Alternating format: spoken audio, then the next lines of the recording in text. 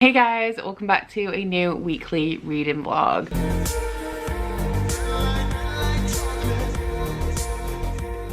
So it's Tuesday now. I didn't start the vlog yesterday because I didn't have a great deal to tell you, to be honest, so I thought I'd just give it a little bit more time and start today. The first thing I want to mention in this vlog is that I'm currently participating in Scallywagathon. It is very low-key. I'm not talking about it online or anything. It will just pretty much be this vlog. So Scallywagathon is a readathon that is hosted by Ali from Hardback Hoarder, Vanessa from Paper Fairy, and Amanda from Read Old Books, and it is a map-based readathon that is about pirates. You have like a pirate treasure map to follow. You start at one point and then you have options which way you go. It's like a choose your own adventure readathon. Now, I didn't really want to participate in any readathons in August. However, I do need to read 3 to 4 books this week, and the goal for Scallywagathon is to read 4 books, and I made it so that all 4 books that I needed for the readathon were books that are on my Bookopoly TBR. So I'm only going to really tell you about my path as I'm reading the books, but I will be starting off at point 3 and I will be ending at point 9, and I'm reading both my book for my first prompt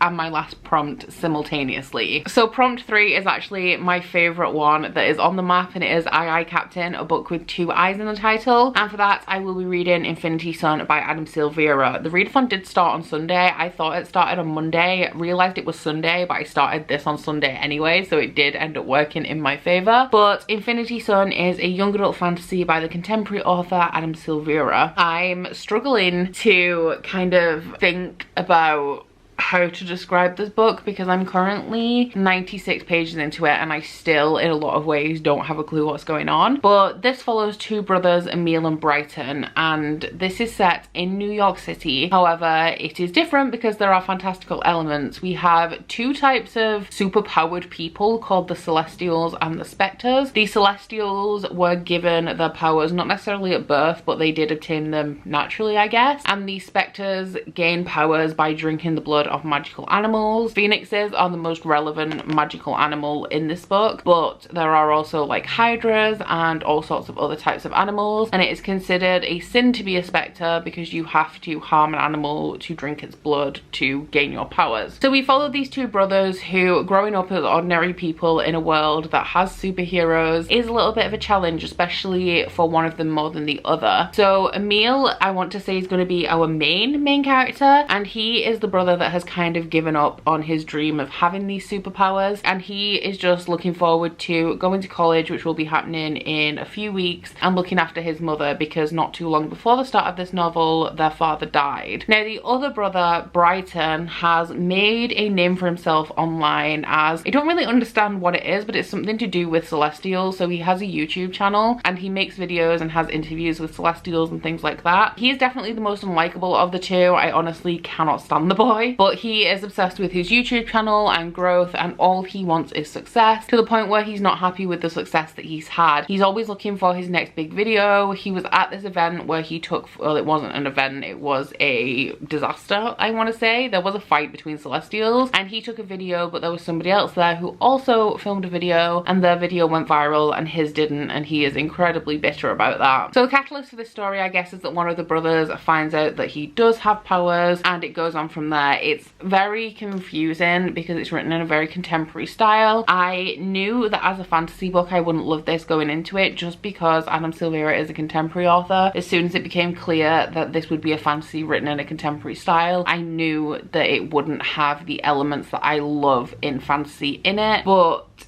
yeah, the writing style is extremely contemporary. There's a lot of things like slang in there and colloquialisms, and it's not what I like in fantasy, unfortunately, so I don't think that this is going to be one that I particularly enjoy. I'm finding the plot very confusing because of the writing style and the way elements are introduced. I'm also finding it to be a little bit overwritten as well, in the same way that I've complained about Colleen Hoover overwriting, in that every slight movement of the characters is written and it just feels like, I don't know, a little bit contrived. Like, you're taken out of a conversation because a character decides to perch and then another character rushes over to comfort them, and it's just not a writing style that I enjoy. So the prompt that is last on my path is number 9, and the prompt for that is black sails to read a book with a black cover. Now this one has black on the cover, but it does, like, the secondary color on here is black, so we're going with it. And this is Vengeful by V. Schwab. This is on my Bookopoly TBR as a friend pick. Jade from JD Rereads picked this for me, and we are also buddy reading this week. I'm currently on page 83 of this, and I have to say I'm enjoying it a lot already. I'm reading 2 books about superheroes or people with superpowers at the minute, which is strange for me because I don't traditionally like superhero stories. But this is the sequel to Vicious, and Vicious follows Victor and Eli, who are friends in college, and they are trying to figure out the secret to becoming an extraordinary, which is a person with superpowers. They discover that to do this you have to have near-death experiences, so you have to have died and be brought back to manifest a power. So they kill themselves and each other to gain these powers. We then skip to present day, where Victor has just come out of prison, which is where he's been for the last 10 years, and he has a score to settle with Eli because they are now mortal enemies. So this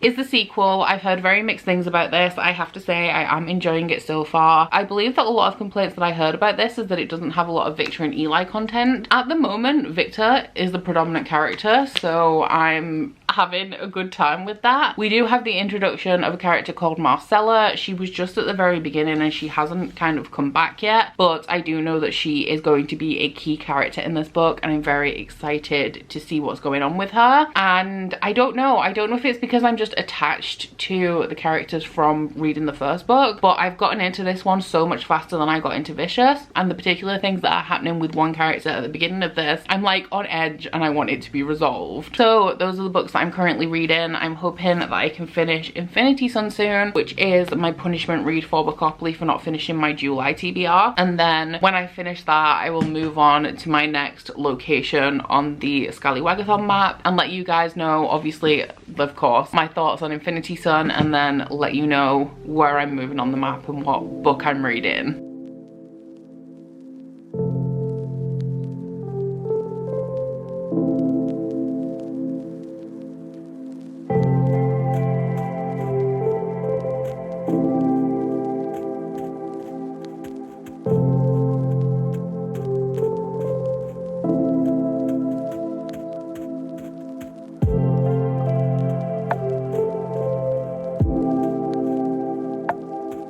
Hey guys, good evening. So I have had a little bit of an all over the place day today. I got up, edited a video, and then my best friend from home, Ryan, dropped by for a couple of hours. I did know he was coming, but it was like a real flyby visit. He was only coming to pick up some packaging that I used to use when I made personalized gifts that I don't need anymore, because he has just started his own business, and he dropped off a couple of products for me to show to you guys. So Ryan has been my best friend for 10 years. We went to college together, then we went to uni together, and now we live like 18 miles apart, but he's still my best friend. He will always be my very best friend. But recently he unfortunately lost his job due to COVID, but because of that he has decided to set up his own Bookish business. So at the moment he has a couple of products. He's doing Bookish prints. He has 1975 lyric prints as well, but he does have some Bookish quote prints, and he also has canvas art. Now he has 2 types of canvas art. He has the type that I'm going to be showing you in just a second, and he also has some that he's embroidering onto. His shop is only just getting off the ground, so he does have a few more products come in that are not currently listed. I am going to link his Etsy shop down in my description box if you would like to check him out. It would mean the world to him and also to me, because like I said, he has just unfortunately lost his job and he's taking this opportunity to seize his dreams, I guess. I'm really proud of him that he's doing this. I've been bugging him to do something like this for ages, but some of the things that he has coming up, he has a Crescent City canvas coming up, which I'm really excited about. We were talking about the design today, really excited. And he also has a Court of Mist and Fury print coming up. At the minute he has Nevernight stuff, Aurora Rising, Illuminate. He has a Throne of Glass quote print and a Game of Thrones quote print, as well as the 1975 stuff as I mentioned. But while he was stopping by to pick stuff up, he also dropped off a few canvases. So these are going to be available as a trio. We have 3 canvases here. They do make up a set, and when he showed me these, my mind was blown. Honestly, I love them so much. So I can't hold up all 3 at once to show you, but they are a Nevernight trio. So the first one we have is Never Flinch. We also have Never Fear, and of course Never Forget. So these are absolutely stunning. They look great together. I'm trying to see if I can hold up all three at once. I also don't want to get makeup on them. That would be tragic. There we have all three of them together. But as I mentioned previously, the link to Ryan's shop will be down in my description box if you want to check out the Nevernight Trio or any of the other products that he has for sale, and you would be helping a small bookish business get off the ground. So as for my reading, it's 10 p.m. now and I have not read a page today. When Ryan left, I filmed 3 videos back to back whilst also cooking dinner at the same time. I've just watched a couple of episodes of Umbrella Academy season 2. I don't think I told you guys actually. I finished Pretty Little Liars last week, which is the show that I was watching on my own whilst I was working, and then Curtis and I finished Angel.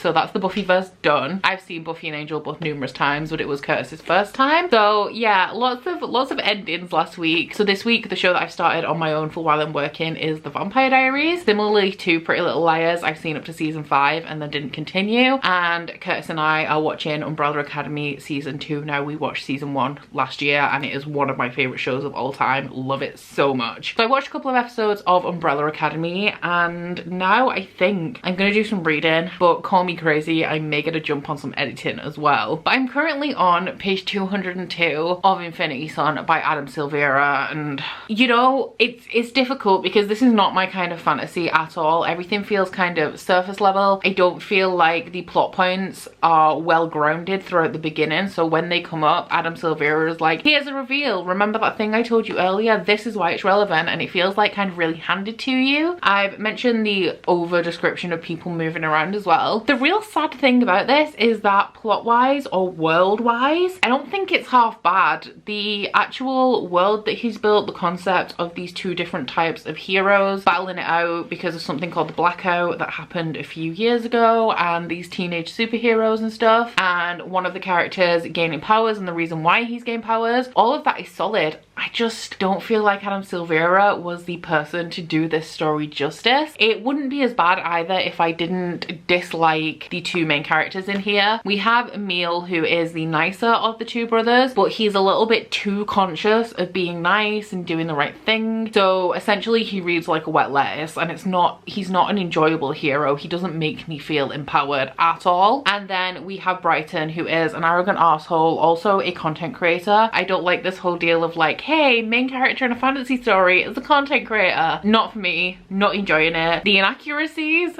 of the description of YouTube video creation in here as well is driving me insane. There's been a couple of instances. One recent one that I can think of is that the content creator character Brighton is editing a video down to 4 minutes because it'll do better on YouTube, but the YouTube algorithm has actually actively been promoting longer form content for quite some time now. I want to say at least over a year, possibly longer, and this book was released in 2020. So yeah, not having a great time, but it's just, I'm also reading Vengeful, and I'm on page 166 of Vengeful, and coincidentally, and it is just pure coincidence, in both of these books there is a character called June who has powers, and in both of these books there is also a character who shapeshifts. So the combination of these 2 and me also watching Umbrella Academy, I'm struggling to keep everybody's superheroes straight in my head, like, cannot lie, but it's just reading these 2 next to each other, it's really clear which one's better. So what is happening is I'll read my daily section of Vengeful and then I'll try and get through some of this, and it's just really not comparing. Vengeful I'm absolutely loving. Maybe a little bit of an unpopular opinion, but I'm currently enjoying Vengeful more than I did Vicious. I think it's because I'm more familiar with the characters. I know who they all are. I already have attachments to them. The new character introduced in this book, Marcella, is so fucking badass and I love her. And then the other new character is June, and I'm not sure about her yet, but I'm absolutely loving this. So I think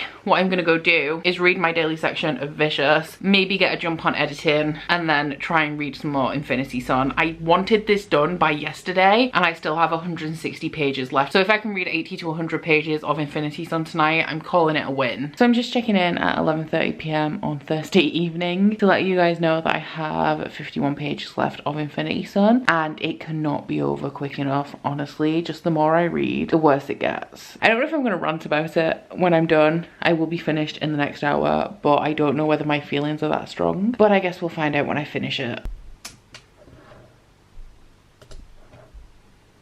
Hey, so I finished Infinity Son by Adam Silvera. I don't plan on roasting this book right now, but if you do like this book, then maybe skip this section, because when I read a book that I don't like, it's very rare that I feel passionately enough about it in my hatred to actually properly rant about it and do what I would consider a rant review. But you guys also know me. I just tell you what I think. I had issues with this. I don't even know where to start. I've covered some stuff. So I don't like the main characters. I don't like Brighton and Emile. There were kind of two reasons that I was enjoying this book. I didn't enjoy this book, but two reasons that I didn't dislike. And let's just say that one of them is definitely not going to be something that carries me through to the sequel, because it doesn't exist anymore. There's a plot twist at the end of this, which Ryan told me when I was 50 pages from the end. He didn't tell me what it was, but he said the plot twist at the end isn't that good. So I knew that there was a plot twist. If I hadn't heard it be described as a plot twist, and if I hadn't been on Goodreads at that time as well to see what other people had said about it, I wouldn't even consider it a plot twist, because it was so obvious that maybe not that exact thing was going to happen, but something very similar was going to happen throughout the story. Now, there are many things that I could say about this. I don't even know which ones I'm going to go with,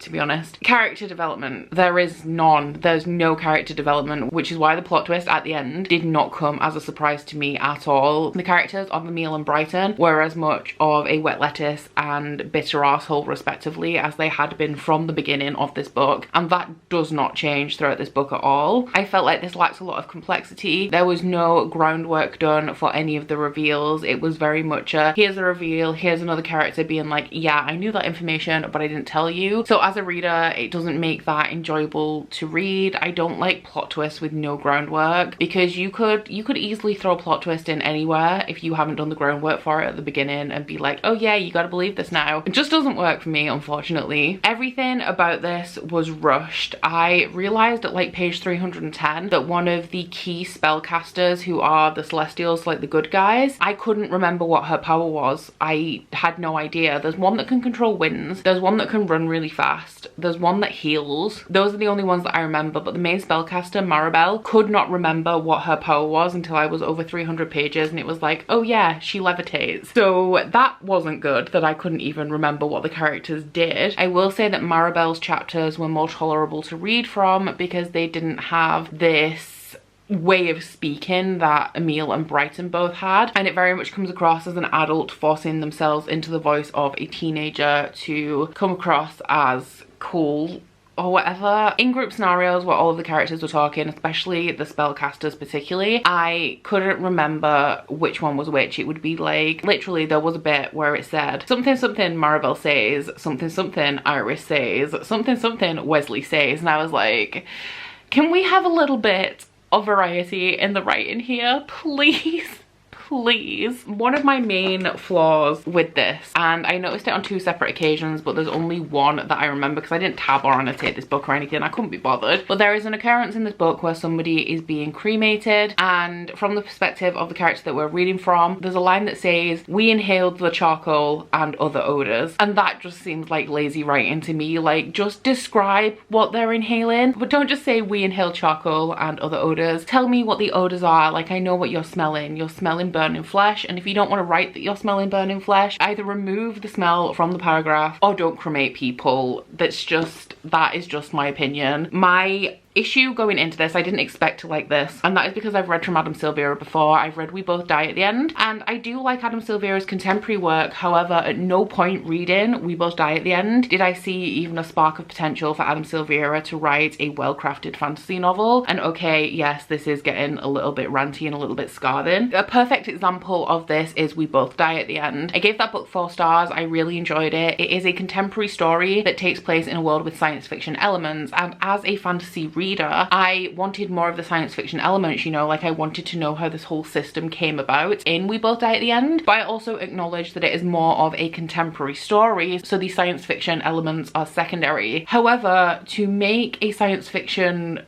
concept believable, or a fantasy concept believable, in a story that is predominantly contemporary is less difficult because it's not the focus of the story, it's the background. And the reason it got 4 stars and not 5 is that I feel like the science fiction elements could have done with a little bit more development. So for me to complain about sci-fi and fantasy elements in a contemporary or not enjoy them as much, and then for that author to write a fantasy, like, I did not think that this would be good. And my suspicions unfortunately were proved to be correct. The average rating on Goodreads does reflect that this generally is not a good book. I'm very hesitant to say that books are bad because it is all subjective, of course, but it does have a very low average rating. And yeah, there's going to be at least 3 books in this series, but I will not be reading them. The last thing that I have to say about this is that the fight scenes were very rushed. Everything in this book was very rushed, but the characters could have been fighting in a cardboard box for the ease of which they moved around their environment. You're reading a fight scene and it's like, Maribel punched this guy in the face, and then she turned around and saved an animal, and then she turned around again and punched somebody else in the face, and everybody was unconscious lying at her feet. It's like, this girl has not moved anywhere. And considering the amount of description that goes into character movement in the stationary and dialogue portions of this book, why is nobody moving in the fight scenes? Why is it just he punched her and then he punched somebody else and then he stabbed this person? Where is the movement here? I cannot picture this environment that we're all fighting in. But that is it. That is I'm done now. I'm stopping there. I gave it 1 star. Yeah, thank you, Gavin, you bastard. So after that, which was longer than I intended because I didn't actually intend to go in depth at all or anything with that, let us have a look at what I will be reading for my next book for Scallywagathon. So this was the book for Aye Aye Captain, which is a book with at least 2 I's in the title, and for Bookopoly it was my punishment read, and it was definitely a punishment, so both of those are fulfilled. So I'm now moving, where's my book gone? Oh my god, it's too many. Where is it? Oh, it's still here. So from point number 3, I'm going to be moving to point number 6, and the prompt for that is Bawdy Songs, a book that has romance. And for that one, I'm going to be reading Bone Crier's Moon by Catherine Purdy, which is on my Bookopoly TBR to read a young adult fantasy. So I am assuming that this has romance because, like, look at the cover. We're all assuming that this has romance. The plot of this one is that I think there's 3 perspectives, but there's only 2 mentioned in the synopsis. The first one is a bone crier, and bone criers are women who ferry spirits over to the realm of the dead, and I believe that this character is in line to become the next matriarch of the bone criers. However, to be able to do that, she has to kill the man who would be her soulmate. Our other perspective is a young man who I'm assuming is the soulmate, and he has a score to settle with the bone criers because they killed his father. So I do kind of have high hopes for this. I've heard that it's very dramatic and the characters spend a lot of time shouting about how much they want to kill each other and reasons why they can't. Honestly though, if it's executed well, that doesn't actually make me mad, so I'm hoping that I'm going to enjoy this one. It's around 12:30 AM now, but I have only been going to bed at around 2, so I have around an hour and a half left of my evening, but not sure if I'm going to start this yet. I may leave this to tomorrow and play a bit of Fortnite tonight to work off my Infinity Sun induced rage.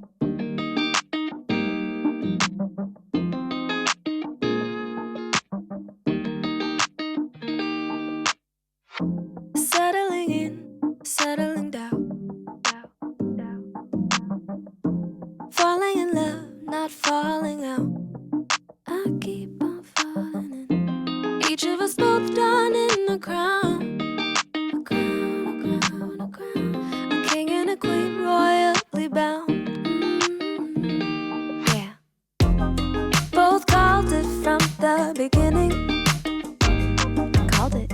So it finally started working on my gallery wall. If I step back a bit, you can see that it is just the right side that I've done so far, and I started building it that way. I know they say that you should start in the middle, but I didn't want to. So I started on the top right side. I think I may get a picture shelf to run like here, and then I have one more massive thing like this, but I dropped the frame and I broke it, so that's currently being glued together, and the print is currently down there. It has the perspex on it so that it doesn't get dusty, but I think if I put a picture shelf like here, I'm going to line up the bottom of the big one with the edge of the picture shelf and then balance it out with some smaller stuff around this side. But overall, I think it's looking pretty good so far. I kind of started kicking myself because I've gone with a linear method, which means that there's loads of straight lines, instead of a salon method, which means that they kind of grow out from the center and they're all over the place, because these especially were a bitch to line up, and I think there's something is slightly wonky. Me and Curtis keep going backwards and forwards. Like right now, I think this is wonky, but then if I straighten it, he comes back and says it's wonky, so I don't know. But yeah, it's fine, it'll do, and eventually it will grow up until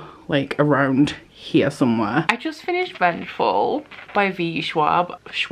Who the fuck is V. Schwab? I finished Vengeful by V. Schwab and I really loved it. This has come out as my highest rated book of the month so far. Honestly, if you didn't like Vengeful or you didn't like it as much as Vicious, I would almost question whether we read the same book, because I loved this so much. There was a lot going on in the plot with different characters, and there's quite a few characters that we followed in here. The main new introduction was Marcella, and Marcella is just a powerhouse. We also had June, Victor and Eli, of course, Sydney, Mitch, Dominic. Now, one of the main complaints that I heard about this book before I read it is that we don't spend a lot of time with Victor and Eli and it's focusing on other things going on. However, with me going into this with those expectations, I actually thought there was a lot of Victor and Eli in here. So yeah, I really loved this. I think that the plot was really strong considering all of the elements. I think that V. Schwab managed to pull it all together. The ending was really sad on multiple levels. A couple of things surprised me. There is one particular character in here that has quite a lot of questions still surrounding her. I do believe that there is also going to be a third book in the villain series, and honestly, I cannot wait. I am so excited. I do think, however, the character that has a lot of questions surrounding them, I think I may actually know who that is, so it'll be interesting if I'm actually correct. I still don't 100% love V. Schwab's writing style. When I was reading Vicious last month, I did say that her writing style is a little bit more simplistic than I usually read, and to be honest, it's just not my preferred writing style. However, the plot in this is excellent. The characters are absolutely excellent. The only thing that really pulls this down for me as a series and as a story is that I'm not super emotionally connected to the characters. The character of Victor especially is very emotionally removed from things himself, so it kind of makes sense that I would be emotionally removed from him, but I do still absolutely adore Victor and Eli, and I really loved this book. Probably gonna come out as one of my favorites of the year, and honestly, just the contrast between this and Infinity Son is astounding. If you guys want a superhero story, or in this case a supervillain story, would 100% recommend that you pick up the Villains duology over Infinity Son. Like 100%. I gave this 5 stars. So it's almost 2 AM now. I did stay up to complete this because I am participating in JJ from JD Ray Reads 24-hour Readathon, going on from midnight just gone to midnight tomorrow. I am going to go and get in bed when I finish with this update, because to be honest, over the last, I want to say week or so, I haven't been feeling too good mental health wise. The lack of sleep is definitely something that I don't need right now, and I will definitely read better on a night of sleep anyway. So far, my total for the 24 hours is I think 72 or 73 pages, because I was at page 503 of this at midnight. And then when I wake up in the morning, I'm going to be continuing with Bone Crier's Moon, and I'm pretty much just going to read as much of that as possible. Don't think I'll finish it because it is 480 pages. I did start it last night, but I only read 28 pages, so I can't really tell you too much about that at this moment. I did, however, make a little bit of a mistake. I told you that Bone Crier's Moon was on my Bookopoly TBR to read a young adult fantasy. It is not. It was actually a community shelf card to read a subscription box book, and Bone Crier's Moon is the book that my patron selected for me for the month. So yeah, I'm gonna read that and see how I get on with it. I also finished Umbrella Academy season 2 today, and honestly, that show is one of my favorite shows of all time. I love it so much. The character work in that is absolutely phenomenal. I feel like I like the plot of season 1 a little bit stronger, but the characters and the cast just make that show for me. Really sad that season 2 is over, but from what happened at the end of season 2, I am very intrigued about what season 3 is going to have in store. I kind of know what's happened, or what I've assumed has happened, but I'm interested to see how that's going to affect the characters and how they're going to get out of the situation that they're in.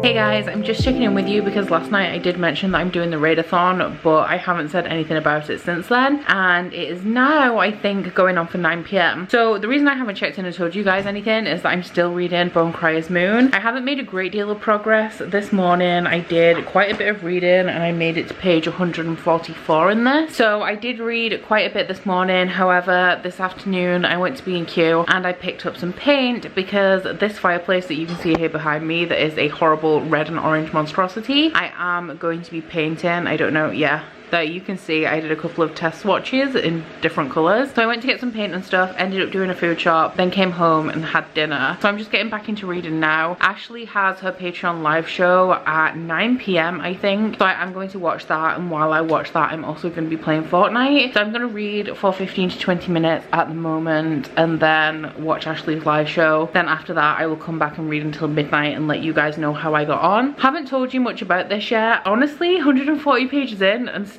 I don't feel like a great deal has happened, but hopefully by the time that we get to midnight I will be able to give you hopefully by the time we get to midnight I will be able to give you guys a better synopsis on this. But for now I'm gonna get on and do some more reading. Hey guys, it's like 11:58 p.m. but I'm calling it a day on the Readathon because I just reached the end of a chapter and I'm not gonna read another one in 2 minutes. So still reading Bone Crier's Moon. I'm on page 230, so I'm 10 pages away from the halfway point. I did want to be at around page 300 by the end of the Readathon, but honestly it's my own fault because I decided that today was going to be the day that I go out for paint, do a food shop, and also watch a live show and play Fortnite. This is pretty much exactly as the synopsis says. We follow two girls who are bone criers, and the job of the bone criers is to ferry the dead once a month across something called the Land Bridge and into the gates of heaven and hell, also known as the realms of Alara and Titus, who are the gods in this world. So to become a bone crier you have to collect the graces of 3 animals, and the way you do this is by killing the animals, and you wear their bones on a piece of jewelry. And then after that you have to play the sacred bone flute to summon your soulmate, and then you have to kill him. You have 1 year from playing the bone flute to kill him, so you can go off and live for a year if you like, but if you don't kill him by the end of the year then both of you will die. Our 2 female main characters are Sabine and Ayless, and Ayless I believe is the girl on the cover, and she is the daughter of the matron of the bone criers. The story starts off where she's just getting her 3rd set of animal bones, but we very quickly go to the point where she's summoning her soulmate. So that's where Bastion enters, because Bastion saw his father killed by a bone crier, and he also has 2 friends who are siblings whose father also died because of bone criers. So they are working together to kill a bone crier to get revenge for the deaths of their fathers. So on the night of the full moon they are looking for a bone crier and they stumble across Ayless performing her siren call on the flute, and Bastion quickly enters, pretends to be her soulmate so he can kill her. However, it's kind of assumed at this point that Bastion may actually be her soulmate, so he can't kill her because if he does he will also end up killing himself. So him and his friends kidnap her, taking the bone flute with them. Now the problem with this is that if the rest of the bone criers don't have the bone flute by the new moon, they cannot ferry the spirits of the dead to the realms of Titus and Alara, and if that happens then the dead become tangible and start to feed on the souls of the living. Our 3rd character, Sabine, is Ayless's friend, and contrary to her calling, she does not actually like killing, and she feels extreme guilt every time she claims the life of an animal to take its graces. So because of this, she does actually only have the 1 grace, and she very quickly ends up trying to save Ayless from her captors, whilst also trying to get some more grace bones to make her stronger so that she can do this, because what the grace bones do is kind of imbue the wearer with some of the qualities of the animal. An example of this is that if you have the graces of pretty much any bird, your eyesight will be significantly better, you'll be able to see in the dark, and you may also have things like enhanced perception. So I'm nearly halfway into this now and I honestly do not feel like a lot has happened. Surprisingly, considering I don't feel like a lot is moving with the plot. I don't feel particularly attached to any of the characters. I do like the writing style in this and it is very easy to read. I'm reading I think an average of like 15 pages every 10 minutes, so a little over a standard standard reading speed. The writing I wouldn't say is incredibly simple, but it is very easily readable. I would say that the writing style is compelling as well. I was flying through this through the beginning, and then I hit a little bit of a speed bump at around page 120, 130 because nothing was really happening, but I am currently at a point of high action. I'm sad that I'm not loving this because I did not necessarily expect to, but I was really hoping that I would. But at the same time, I don't hate it. I'm hoping that the build up at the beginning is going to make the end worth it, but I don't actually think that's going to happen. I do think it is just a little bit of a pacing issue in this because it is for a young adult fantasy, and especially the first book in a series, it is quite large. It's 480 pages, so I do still have like half of this book to go. I am hoping that I start to enjoy it more. Like I said, I'm not enjoying it. I like it, I just don't love it like I hoped I would. So as I said at least once this week, I normally go to bed at around 2 a.m, but I think it was last night I mentioned that my mental health hasn't been great. Nothing to worry about, it's just things like restlessness and being stir crazy that is causing just like a tiny bit of depression, and my motivation is like super low. And I've been sleeping like throughout this week, I've been sleeping between 10 and 12 hours every night, which is how I know I'm not doing well. And then because I haven't been terribly physically active this week because I don't feel great, I'm not really burning off much energy throughout the day, so I'm getting into bed at like 2 and I'm lying in this state of being half asleep until like 3, 4 before I finally like sleep properly. So I'm feeling really tired at the moment, so I think I'm actually just gonna go and get in bed. I will take my book with me. It's gonna be like 12:30 before I actually manage to get in bed because I have to take off the little bit of makeup I have on and stuff. But yeah, I'm gonna go to bed and get a reasonably early night because I feel like if I go to bed now, I may actually be able to sleep at a reasonable time, and then I should be up reasonably early tomorrow. Sometimes doing this doesn't work out in my favor though, because I'll wake up at like 7 a.m. and just get out of bed, and I like being a morning person because I have a lot to do.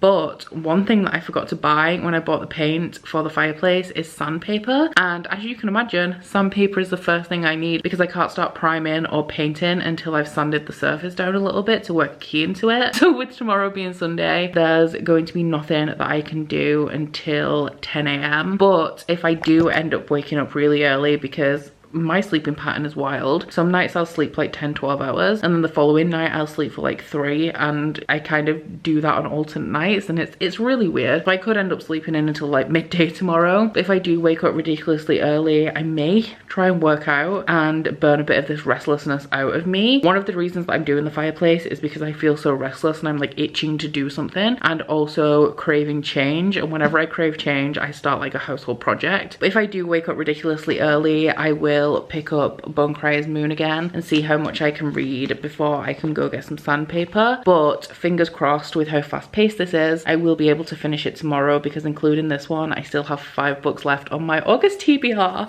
with 9 days to go. We do what we gotta do to stay winning. The fuss and the fights will keep and trust, and you make me wanna say I love you better today than yesterday. Every day is gonna play out the same, the same. Hey, I love you better today than yesterday.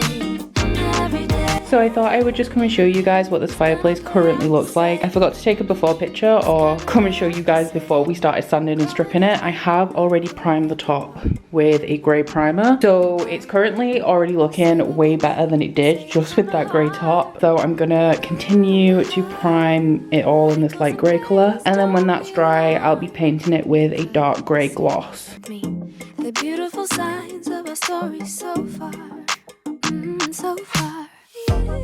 Both called it from the beginning. We called it. We knew that there had to be an us. Knew that there had to be an us. Do what we gotta do to stay winning. Us and the fights will keep trust, and you make me wanna say I love you better today than yesterday.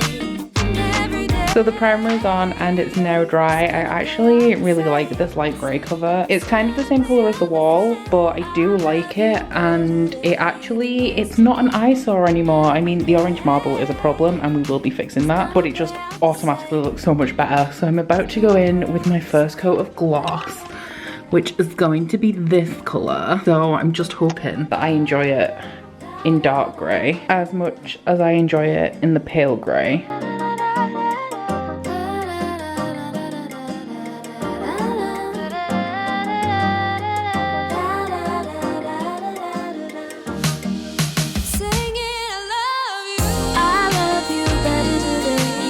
Hey guys, it's about time that I come and wrap up this vlog. The dark grey on my fireplace is looking really good, but I'm going to show it to you guys in next week's vlog because it needs another coat of gloss anyway. There's like just a couple of streaks in it. I was going to do 2 coats anyway, but yeah, I might as well just wait until it's actually done before I show you. But I have also just finished Bone Cries Moon by Catherine Purdy, and I gave this one 3 stars. I'm really sad about it. I did really enjoy this one. I liked it, but nothing really impacted me in it. The characters, I like all of them, but I don't love any of them. It's an interesting one because it's a different type of fantasy than I normally read. There isn't actually a villain of this story. It is more of a plot surrounding the characters, I want to say. The plot is very character based, but I feel like the story is very plot driven in that we have a lot of action scenes. The relationships between the characters, I don't want to say they develop quickly, because one of the things about this book is that considering its length, it's 450 pages, not a great deal really happens. There's pretty much like 2 main incidences in the book, and everything else is just like the in between those moments where the characters do spend time together. But I don't feel like, maybe it's the way that it's written, because it is written in more of an action based, like this character is doing this and this character is doing that kind of way, that I didn't feel particularly attached to the characters. But yeah, the plot is definitely different to fantasy that I normally read, because it isn't really about overcoming something. It's not about going out and beating something or beating someone. But yeah, I liked it. The writing style is decent. I wouldn't necessarily say it's compelling, but the book is very fast paced. The characters overall are pretty likable. Just, I don't think this is going to stick with me, sadly, and I am really sad about that, because I really wanted to love this book. So in terms of Scallywagathon, that would be my 3rd book. However, the Scallywagathon did end yesterday. I'm just going to say that I extended it because Sunday to Saturday things, whether they're readathons or like work rotas or anything, always throw me, because for me the week runs from Monday to Sunday. So I've just given myself an extra day. I didn't complete all of the prompts anyway. I completed 3 of them. I read Infinity Sun for a book with 2 eyes, Bone Cries Moon for a book that featured romance, and then I kind of skipped a book because I intended to read 4, and then my last book I should have finished today, which was Vengeful. But Jade and I decided to read 3 days worth on Friday. So Vengeful was for, I think it was for a book with a black cover, even though it's the secondary colour on Vengeful that's black. And the one that I missed, I believe, was a book that was published 3+ years ago, which I was going to read the 5th book in the Suggy Stackhouse series for, but sadly did not get around to it. So we currently have 8 days left of August. I have 4 books left on my TBR. Now, 1 book that's left on my TBR is quite short. 2 of them are like middle of the road sized. 1 of those I think is going to be quite fast paced, and the last one, the 4th one, is nearly 600 pages. So wish me luck, guys. I'm gonna need it, because I really do not want to be going into September with a punishment book. I really don't want to do it. So that is about it for this week's vlog, guys. I hope you've enjoyed it if you've made it this far, as I believe this week we have quite a long one. If you have, please don't forget to like if you liked it and subscribe if you wanna, and I will see you next week. Bye. Oh, you bite your friend like chocolate. You say you're go and nobody knows, with guns hidden under our petticoats. We're never gonna quit it, no, we're never gonna quit it, no.